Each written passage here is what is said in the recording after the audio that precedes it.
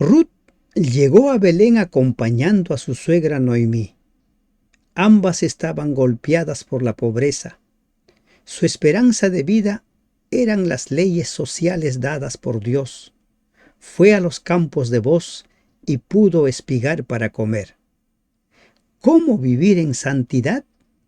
Viviendo según la palabra de Dios, viviendo según las leyes morales y sociales dadas por Dios. Levítico 19 relaciona la santidad con el amor a Dios y al prójimo.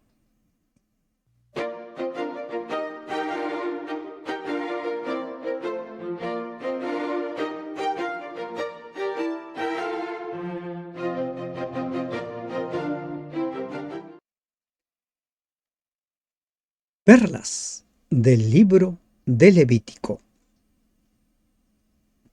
Bendito Padre que estás en los cielos,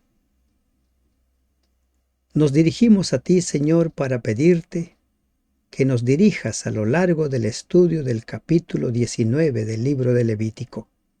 Que cada perla, Señor, sea tan clara para nosotros que llegue a formar parte de nuestra vida. En el nombre de Jesús te lo rogamos. Amén. Buen día, hermanos y hermanas de esperanza. Estamos ingresando al estudio del capítulo 19 de Levítico.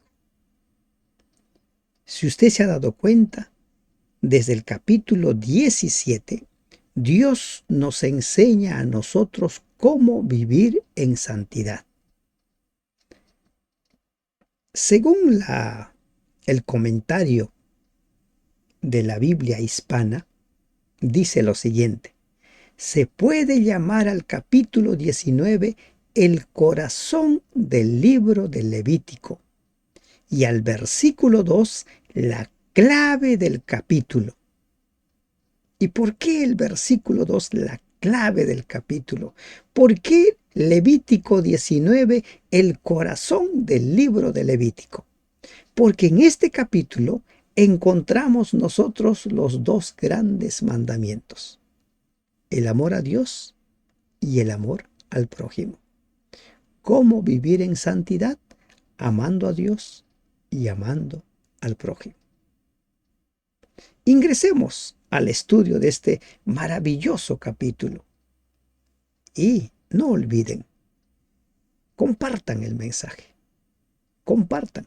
Si a usted le gusta el trabajo que estamos haciendo, no olvide acompañar con un me gusta.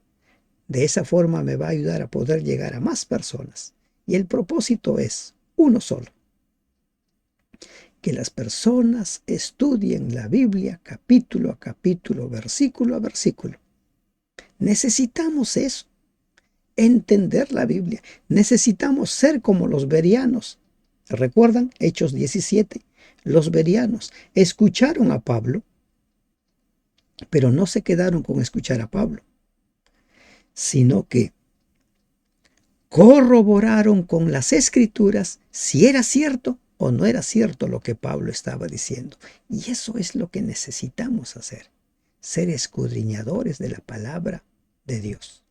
Habló Jehová a Moisés diciendo: habla a toda la congregación de los hijos de Israel y diles: santos seréis, porque santo soy yo, Jehová vuestro Dios. ¿Por qué tenemos que ser santos? Porque Dios es santo. Si Dios es santo, su pueblo es santo. Por eso el versículo 2 tiene la clave de este capítulo: el mandato de ser santos. No es una opción. ¿Se da cuenta? No es una opción. No es si puedes ser santo, sé. Y si no puedes, bueno, pues inténtalo. No nos está diciendo eso este pasaje. Y lamentablemente nos encontramos nosotros con muchos predicadores que hablan acerca de la imposibilidad de vivir en santidad. Si nosotros decimos que es imposible vivir en santidad, entonces estamos diciendo que el Espíritu Santo no tiene poder para lograrlo. Y la Biblia nos habla de una verdad muy clara en relación a este tema.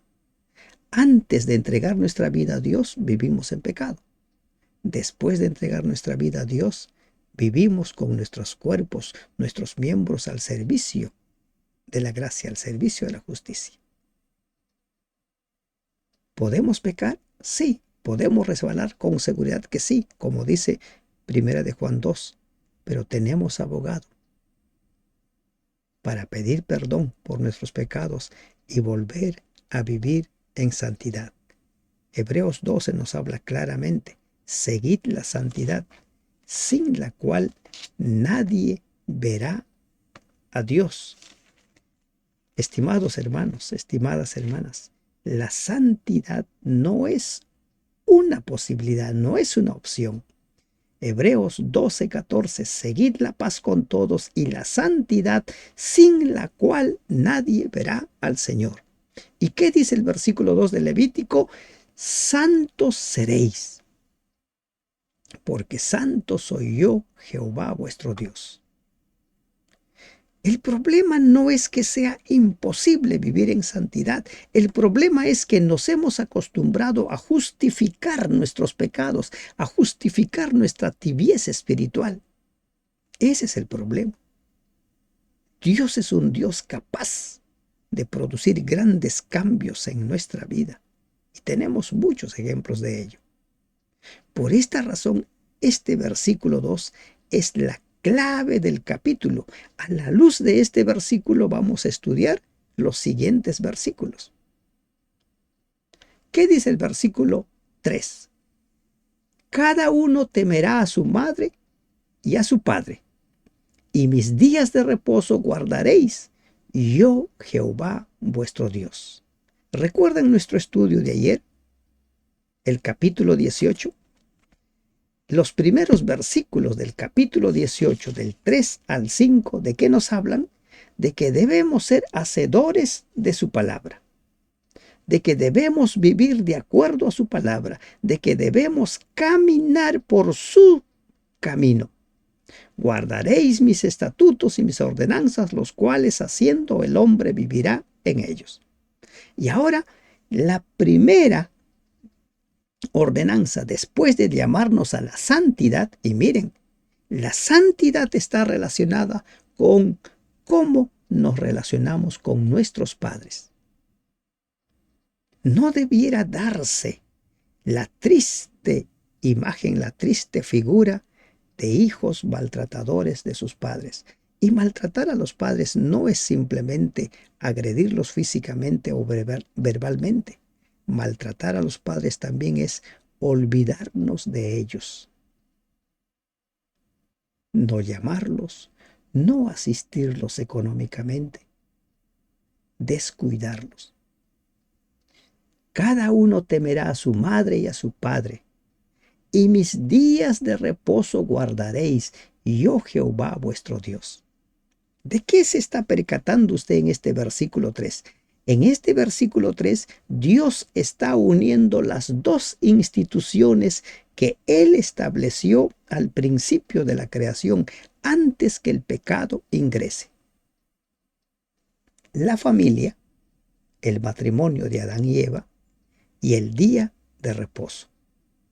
El día de reposo es el sábado. ¿Por qué? Porque Dios así lo estableció. Uno de los fuegos extraños que en la actualidad se ofrece es el adorar a Dios en el día domingo. Dios no ha establecido el domingo como día de reposo. Hay muchos predicadores que se esfuerzan por hacer decir algunos pasajes de la Biblia que allí está la prueba de que hubo el cambio. ¿Recuerdan Amós? ¿Qué dice en Amós el Señor? No hará nada el Señor sin que lo revele a sus siervos los profetas. Amós 3:7. Si Dios hubiera querido cambiar el sábado al domingo, lo hubiera revelado y hubiera dicho: el domingo es santo y bendito y día de reposo. Pero no lo dijo. ¿Por qué? Porque Dios no se contradice. La verdad bíblica se va complementando, no se contradice. Mas no os volveréis a los ídolos, ni haréis para vosotros dioses de fundición. Yo, Jehová, vuestro Dios. ¿A qué nos llama el versículo 4? A dejar la idolatría. Recordemos el segundo mandamiento. Dios debe ser el único a quien nosotros adoremos. Ningún ídolo. Y ahora estos ídolos pueden ser materiales o también pueden ser imaginarios. Pueden ser algo que no tocamos. Algunos convierten en ídolo sus gustos, los placeres. Otros el trabajo. Todo lo que pone a Dios en segundo lugar es un ídolo. No se vuelvan a los ídolos, ni hagan ningún ídolo de fundición. Este versículo alude al primero y al segundo mandamiento, sobre todo a ese último, al segundo. No es necesario que nos postremos ante ídolos de madera y piedra para transgredir este mandamiento. Cualquier cosa que se honre en el lugar de Dios o que sea preferida antes que Él constituye un ídolo, aunque sea solo imaginario. Recuerden, todo lo que pone a Dios en un segundo lugar se ha convertido en un ídolo para nosotros. El amor a Dios. ¿Se dan cuenta cómo están relacionados el amor a Dios y el amor al prójimo? Y cuando ofreciereis sacrificio de ofrenda de paz a Jehová, ofrecedlo de tal manera que seáis aceptos. ¿Cuál es la perla aquí? Cuando te presentes para adorar a Dios, hazlo como Dios lo ha establecido, no como te parece. Las ofrendas de paz lamentablemente se fueron tergiversando de tal forma que la gente lo utilizaba como ocasiones para hacer cualquier cosa, una reunión social más, y perdieron de vista de qué es lo que pedía Dios. Las ofrendas de paz debían ser presentadas. Recuerden que podían ser voluntarios u obligatorios, pero debían ser de tal manera que sean aceptos. Nuestra adoración debe ser brindada a Dios de tal manera que sea acepto. ¿Y cómo tenemos que hacer? Según como Dios nos está enseñando. Recuerden, Levítico nos está diciendo cómo presentarnos ante Dios. Levítico nos está hablando de las impurezas ceremoniales. Levítico nos está hablando del pecado. Levítico nos está hablando acerca de cómo presentarnos ante Dios. Hasta aquí ya debemos ir teniendo claro cómo debemos adorar a Dios. Será comido el día que lo ofreciereis y el día siguiente, y lo que quedare para el tercer día será quemado en fuego. Se vuelve a repetir las instrucciones dadas en el capítulo 7, versículos 11 al 21. Y si se comiere el día tercero será abominación, no será acepto. Y el que lo comiere llevará su delito por cuanto profanó lo santo de Jehová, y la tal persona será cortada del Señor. No adoró como Dios espera ser adorado. Esa perla, grábese. Debemos adorar como Dios quiere ser adorado, no como a nosotros nos parece. El problema de Caín fue eso, que quiso adorar a Dios como a él le parecía. En la introducción mencionamos la historia de Ruth. Y aquí encontramos las leyes sociales. Cuando ciegues la mies de tu tierra, no segarás hasta el último rincón de ella, ni espigarás tu tierra segada. No rebuscarás tu viña, ni recogerás el fruto caído de tu viña. Para el pobre y para el extranjero lo dejarás. Yo Jehová, vuestro Dios. ¿Qué está haciendo ahora Dios? Está relacionando la santidad con el amor al prójimo. ¿Y de qué manera se revela el amor al prójimo aquí? Permitiendo que de las bendiciones que recibas al Señor, parte de ellas sea para los pobres y los extranjeros. En ese entonces las cosechas eran las bendiciones de Dios y Dios deja establecido, no vas a cegar hasta el último rincón. Los bordes lo vas a dejar sin cosechar. Y todo lo que caiga de lo que estás cosechando en la parte que está permitido para ti, si cayó, no lo recojas. Dios hizo una provisión en favor de los pobres y relaciona la santidad con la manera como nosotros servimos a los pobres. Las bendiciones de Dios en favor del pobre. Tenían su terreno, los extremos no debían ser cosechados, estaban separados para los pobres y los extranjeros. Muy pocos relacionan la santidad con la forma como velamos en favor del pobre, en favor del extranjero. Y Ruth y su suegra se beneficiaron de esa ley. Ruth fue al campo de Booz y de paso también halló gracia en Booz, y ella ese día cosechó mucho. Hubo mucho para comer, pero Dios dejó bien establecido la forma de cómo el pueblo, de cómo los que recibían las bendiciones de Dios compartirían sus bendiciones con los pobres y con el extranjero. No hurtaréis. ¿A qué ley está refiriendo ahora? No tomar lo que no es tuyo. No tomes lo que no te pertenece. El respeto por la propiedad ajena. El hurto y la falsificación están emparentados. Este último pecado es a menudo necesario para ocultar el primero. Ni mentiréis el uno al otro. No hurtaréis, no engañaréis, ni mentiréis al uno al otro. Perlas claras. No robes, no engañes, no mientas. La mentira, aunque ha sido normalizado en un gran sector de la población y lamentablemente también en muchos miembros de la iglesia, la mentira es mencionado específicamente, por ejemplo, en Apocalipsis capítulo 21, sobre quienes no entrarán al reino de los cielos.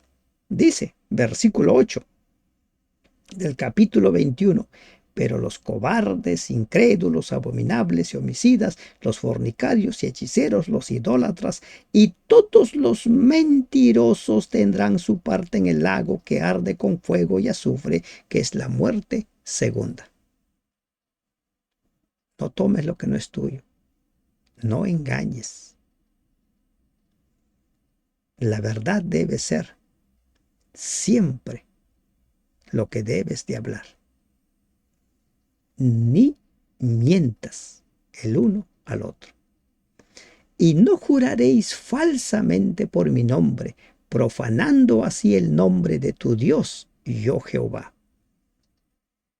Por implicación, ¿qué dice Dios? No jures falsamente. ¿Se puede jurar? Algunos juran. Si usted le va a dar valor a su palabra, puede hacerlo. Pero quien le da valor a su palabra, ¿sabe? No necesita jurar. Si una persona es claro en su sí, sí y no, no, no necesita jurar. ¿Quiénes juran? Juran aquellos cuyas palabras no son creíbles. Y alguno podría preguntar, ¿y qué en el juramento judicial? ¿Qué es lo que nos dice? No juraréis falsamente. O sea, sí puedes jurar judicialmente y te comprometes a decir la verdad. Aquí no se habla de prestar juramento ante un tribunal, sino de jurar falsamente. Con toda justicia, el perjurio se considera un crimen muy grave, porque pervierte la justicia. Definidamente, quebranta el tercer mandamiento y merece un severo castigo. Pero entiéndase bien, si usted va a juramentar, lo puede hacer, pero tenga la seguridad de que va a cumplir ese juramento. No lo haga falsamente. No profane el nombre de Dios. No oprimirás a tu prójimo, ni le robarás, no retendrás el salario del jornalero en tu casa hasta la mañana. ¿Qué hace el versículo 11? Prohíbe dañar a alguien con astucia. En este versículo 13 se prohíbe hacerlo con violencia o usando de una autoridad superior. Algunos han llegado a la conclusión de que si algo es legal, está permitido que el cristiano lo haga. Una cosa puede ser permitido por la ley, pero estar lejos de ser conveniente, como dice 1 Corintios 6:12, 1 Corintios 10:23. También puede ocurrir que la ley del país declare legal cierta conducta que Dios no pueda aprobar. Dios no tiene en cuenta las escapatorias legales. Si hay que obedecer a Dios o a los hombres, todo está claro. A Dios primeramente. No oprimas al prójimo. No le robes. No retengas su salario. Si tú eres un empleador, paga en el tiempo acordado. Así como el trabajador está comprometido a trabajar el tiempo acordado, usted debe pagar en el tiempo acordado. Aquí el versículo 14 nos habla acerca de las personas con discapacidad. ¿Cómo nos relacionamos con las personas con discapacidad?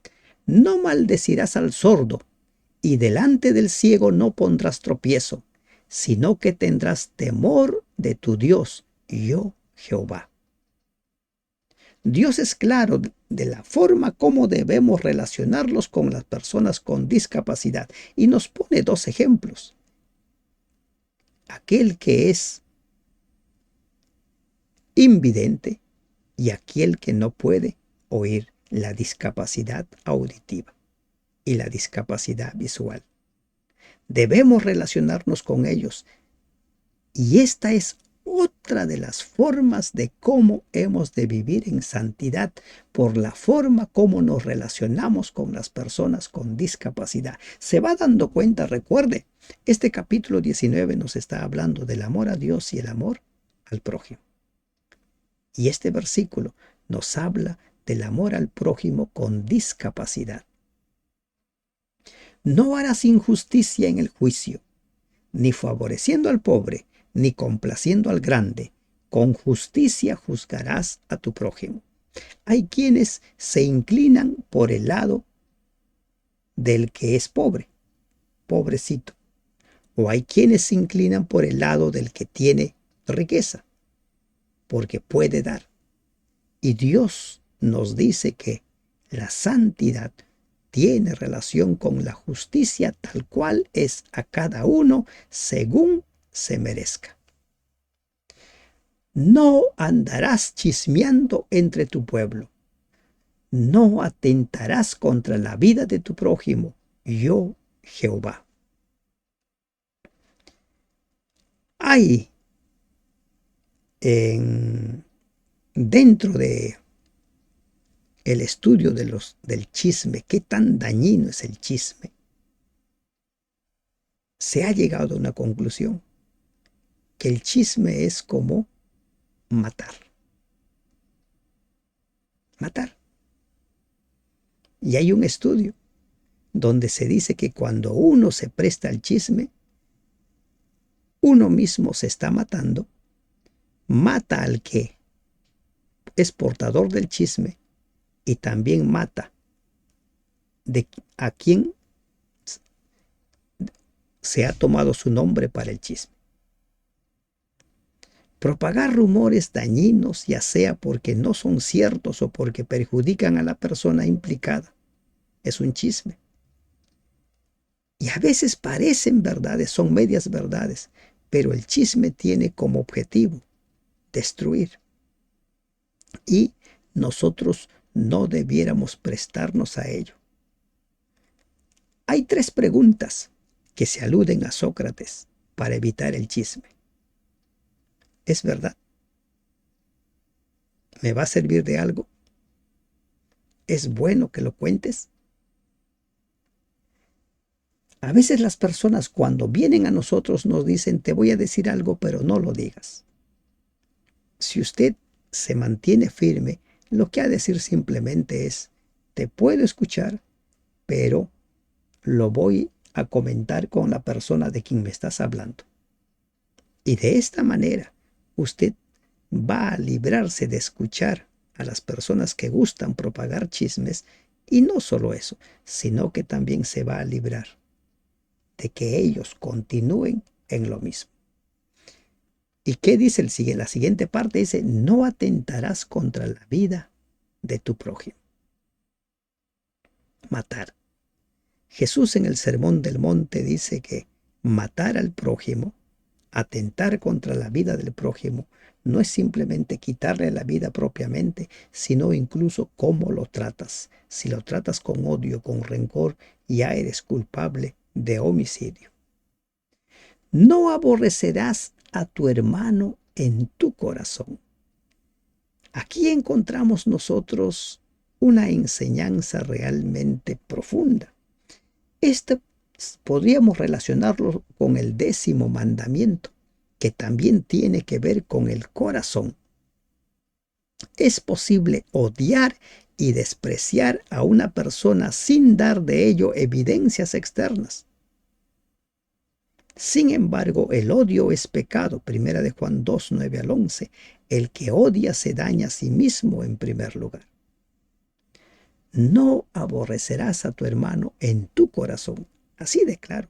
No es simplemente que te finjas ser amigo, que te finjas ser hermano, sino que el trato debe emanar del corazón.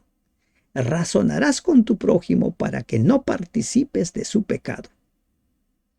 Corrige a tu prójimo, dice la versión Jerusalén.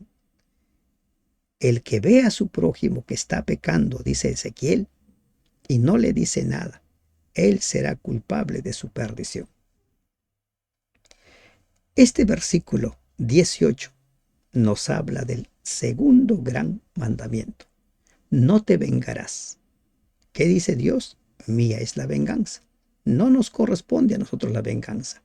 Ni guardarás rencor a los hijos de tu pueblo. Efesios 4 dice, airaos, pero no pequéis, que no se ponga el sol sobre vuestro enojo. El rencor se prolonga en el tiempo. Te puedes enojar, puedes tener discrepancias, pero arreglarlo en el acto. Si no, amarás a tu prójimo como a ti mismo. Aquí nosotros encontramos el segundo gran mandamiento que a muchos les gusta y es bueno. Y muchos consideran que es propio del Nuevo Testamento, que Jesús recién lo empezó a enseñar en el Nuevo Testamento. Pero no es así. En la Biblia, el Evangelio es completo. Y el amor a Dios, que está en Deuteronomio 5, y el amor al prójimo, que está aquí, nos hablan de los 2 grandes mandamientos. Mis estatutos guardarás, no harás ayuntar tu ganado con animales de otra especie, tu campo no sembrarás con mezcla de semilla, y no te pondrás vestido con mezcla de hilos. Aquí el principio es, Dios creó diferentes especies de animales y plantas. Nunca tuvo la intención de que hubiese amalgamación de las diferentes clases en la que todo quedara confundido. Por ejemplo, el cruzar un caballo con una asna o un asno con una yegua, que es costumbre ya en nuestros tiempos. Dios deja en claro que no se debía hacer ninguna mezcla, ninguna amalgamación de ningún tipo. Lo mismo con las semillas.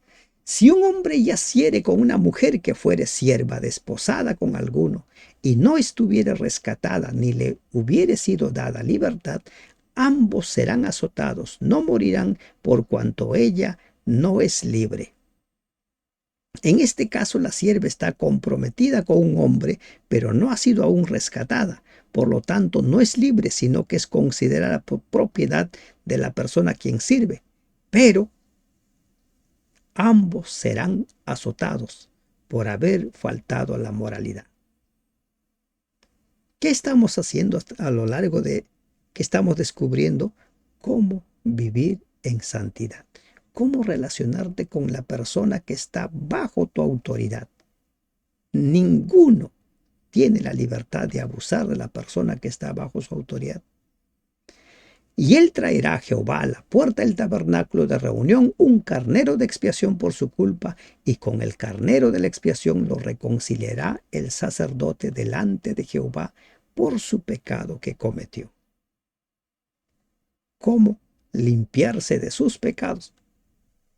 Los versículos 23 al 24, y cuando entréis en la tierra, ahora aquí habla de cómo es que ellos tendrían que honrar a Dios durante los 3 primeros años.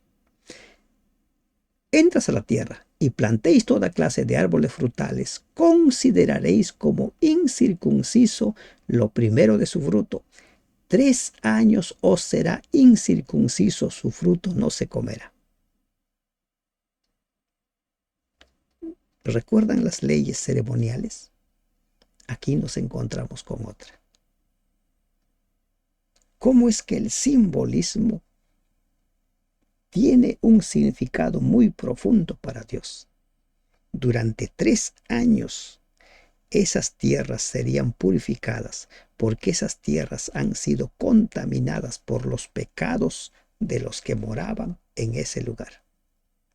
3 años simplemente se sembraba, pero no se comía. ¿Y qué comían mientras tanto? Dios continuó proveyendo. Y el 4.º año todo su fruto será consagrado en alabanzas a Jehová. ¿Cómo vivir en santidad? Haciendo como Dios espera que nosotros hagamos. Mas el 5.º año comeréis el fruto de él, para que os haga crecer su fruto, yo Jehová vuestro Dios. Recién el 5.º año ellos podrían comer. El 4.º año todo es para la gloria de Dios, una ofrenda para Dios. El 5.º año, eso es vivir por fe. Eso es servir a Dios y caminar en los caminos de Dios, creer en su palabra. A eso lo llama Dios el camino de la santidad. El 5.º año. No comeréis cosa alguna con sangre, no seréis agoreros ni adivinos. Ya hemos encontrado razones que Dios nos ha dado en el capítulo anterior por qué no a la sangre. La sangre no debía formar parte de la alimentación. Tampoco debía vivir dentro de ellos los agoreros ni adivinos. No practicaréis encantamiento, dice la versión Jerusalén. Es probable que aquí se haga referencia a los hechizos y amuletos, y que aunque no eran de por sí inmorales ni licenciosos, tendían a la superstición y la idolatría. No haréis tonsura, versículo 27, en vuestras cabezas, ni dañaréis la punta de vuestra barba. Miren el arreglo personal. Dios también nos habla acerca del arreglo personal. En la versión Jerusalén dice, ni cortes los bordes de tu barba. Los judíos se enorgullecían de sus barbas, considerándolas como una señal de virilidad y dignidad. Pero aquí, ¿cuál es la perla? Dios nos habla acerca de el arreglo personal. Y cómo es que el arreglo personal también está relacionado con la santidad. Y no haréis rasguños en vuestros cuerpos por un muerto, ni imprimiréis en vosotros señal alguna, yo Jehová. Hoy en día, los tatuajes se han convertido en una normalidad. Aquel que no tiene tatuajes visto como una persona rara. Pero Dios deja en claro en Primera de Corintios y en Segunda de Corintios que nuestro cuerpo es templo del Espíritu Santo. No debe ser dañado. Por lo cual, los tatuajes no deben formar parte de nuestros usos y costumbres. No contaminarás a tu hija haciéndola fornicar para que no se prostituya la tierra y se llene de maldad. Era una costumbre en esos tiempos que los padres prostituyan a sus hijas, incluso a sus esposas. Dios ya ha dejado en claro en el capítulo anterior que las costumbres de egipcios y cananeos no deben formar parte del estilo de vida de su pueblo. Dios dejó en claro cómo deben vivir. Los ha rescatado y ahora les está enseñando cómo vivir. Mis días de reposo guardaréis y mi santuario tendréis en reverencia. El día de reposo, los días de reposo, incluso los sábados ceremoniales o feriados, debían ser respetados como Dios lo había establecido. El santuario. Cuando vayas a la casa del Señor, condúcete con reverencia, condúcete de tal manera que tengas en cuenta que Dios está en ese lugar.